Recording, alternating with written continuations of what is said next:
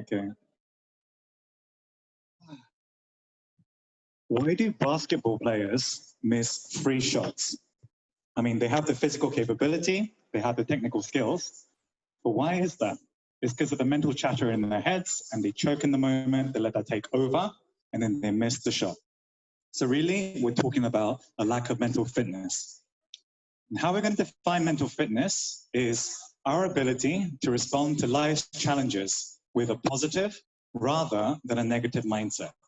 And so it's good for the basketball player to know that the stakes are high, and if he lets the chatter go on and on and on, then this is going to lead to him choking and missing the shot.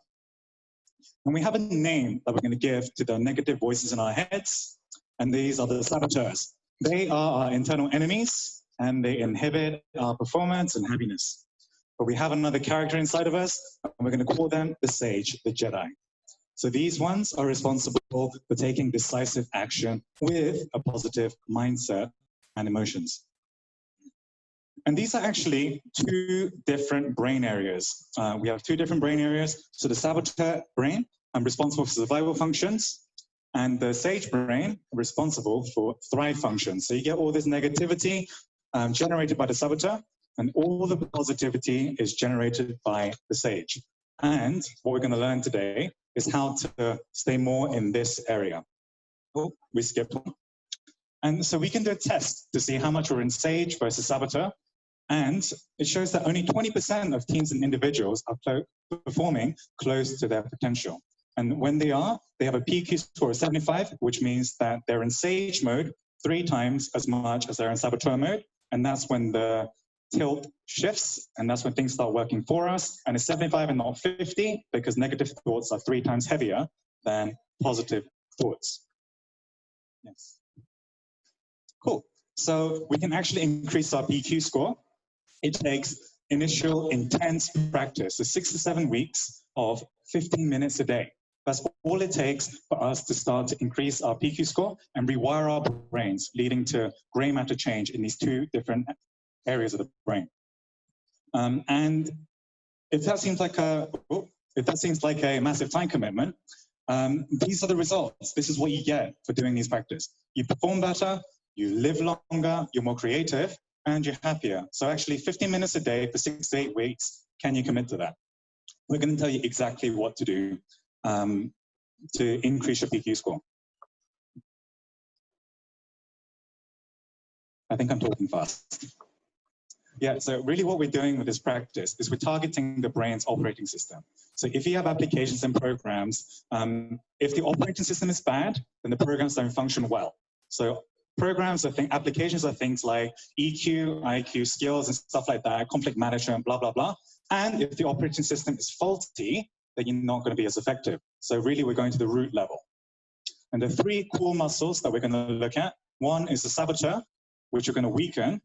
2 is the sage, which you're going to strengthen. And the final one is called the self-command, which is we have control over our mind to switch from saboteur to sage mode, and we can train this muscle. And we're going to show you how later. So I want to introduce this master character called the judge. This is the saboteur in charge, and it asks questions like, what is wrong with me? What is wrong with the situation? What is wrong with you? And when it judges the situation as negative, it generates negative emotions. And then we have specific ways that we use to, specific coping mechanisms that we use to deal with our negative emotions. And these are the accomplice saboteurs. There's a test that you can do to find out which one is the strongest for both. And so the thing to do is when you hear the judge, or when you start recognizing your coping mechanism patterns, then what you do is you label the judge as a judge. So if you start judging people, you label it as a judge, and then immediately switch to a more sage response. And we're going to talk about how we train ourselves to switch, and we're going to talk more about the sage response later. So the second part is strengthening our self-command, our mind's ability to switch from saboteur to sage. And I'm going to ask you to do this with me. It's called a PQ rep. So put 2 fingers together, your thumb and your index finger, and rub them very gently and pay attention, letting go of any thoughts you're having, until you can feel the ridges of your fingertips.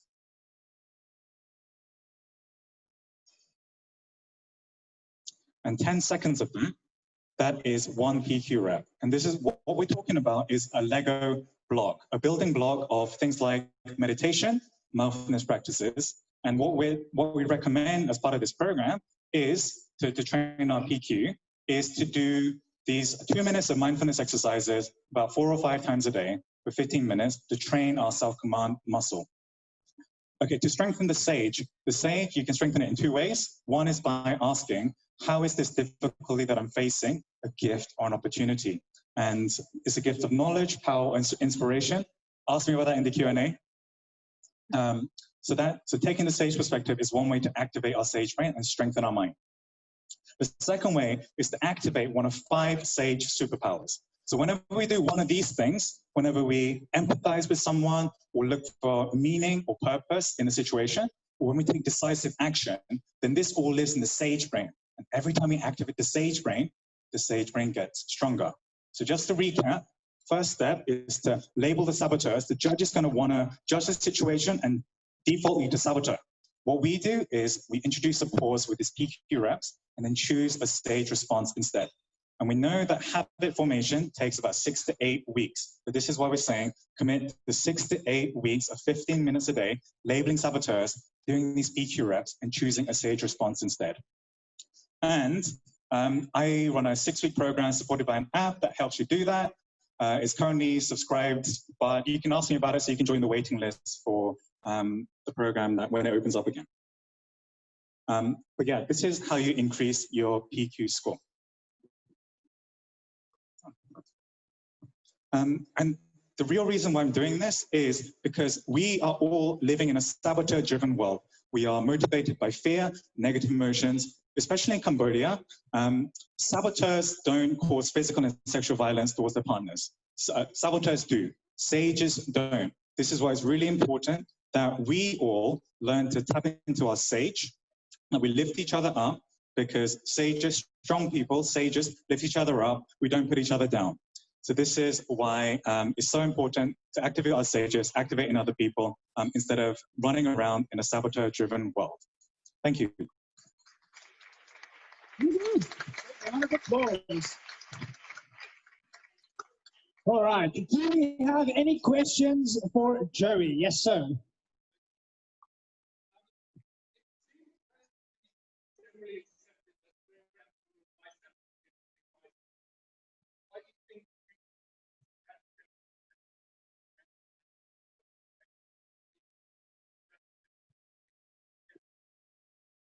So if I can repeat the question generally, so you asked that generally it's accepted that if you go to the gym and you do reps with your muscles, you would get a positive result in the longer run. Why is it less generally accepted than doing mental exercises gives you the same type of outcome?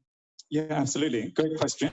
Yeah, it's funny, right? We get taught about physical fitness in school, but we never get taught about mental fitness in schools. Why is that?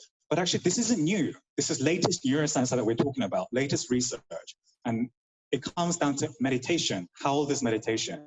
It is thousands of years old. So it's lessons that we've forgotten, that actually mental fitness is just as important as physical fitness. It's just as important as skill building, because this is really the operating system. And we need to get back in touch with improving our mental fitness, especially in times when we're facing crisis like we are, and pandemic.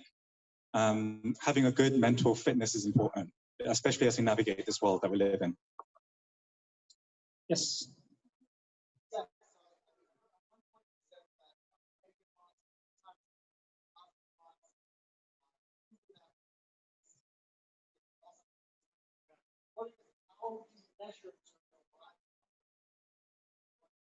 So the question is, how do you measure negative thought in comparison to a positive thought?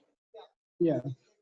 In terms of the numbers that you gave us. Yeah, it's a good question. And actually, this is across several different pieces of research that they've collated on the positive intelligence. It's 3 times heavier because our brains are wired to spot the negatives. It evolved like this because focusing on the negatives kept us alive. This is the survival function of the saboteurs. We're no longer in survival. We're not living in survival mode. We should be thriving instead. You can succeed in survival mode, but you won't be happy. When you're in thrive mode, you can be successful and happy and perform better. Where you get the exact number from, one example is like John Gottman did, it's a separate piece of research on relationships. That ratio is close to 4:1, positive to negative interactions in a relationship is the biggest predictor of a marriage dissolving. So that is close, it's 4:1, not 3:1, but that's in a marriage. And so these are where the stats come from. Just one example. Do we have any other questions for Joey? Okay, cool. Dylan?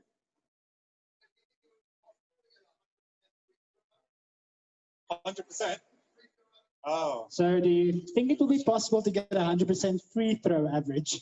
Yeah, I'd say no, because we're training our mental muscles. It's like we have belts on a karate or judo, and I'm not black belt. I've been doing this for 2 months. My PQ score has increased.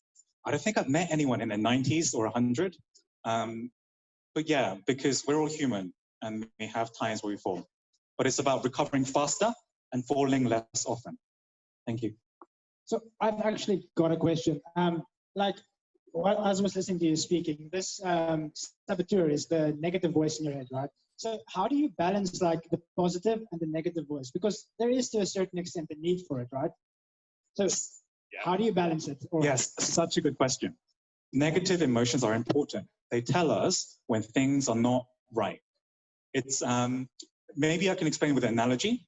So it's like if you put your hand on a hot stove, is it good to feel pain? Yes or no? Yes. And you want to keep your hand on it? No. It's use it as information that something is wrong and then act from a more positive state. So the only exception I want to say this is to the negative emotion is that grief we don't classify as a saboteur emotion. Grief we classify as a sage emotion because behind that sadness and pain is love. So that's the only thing. The others are useful, but not useful to dwell in. Does that answer your question?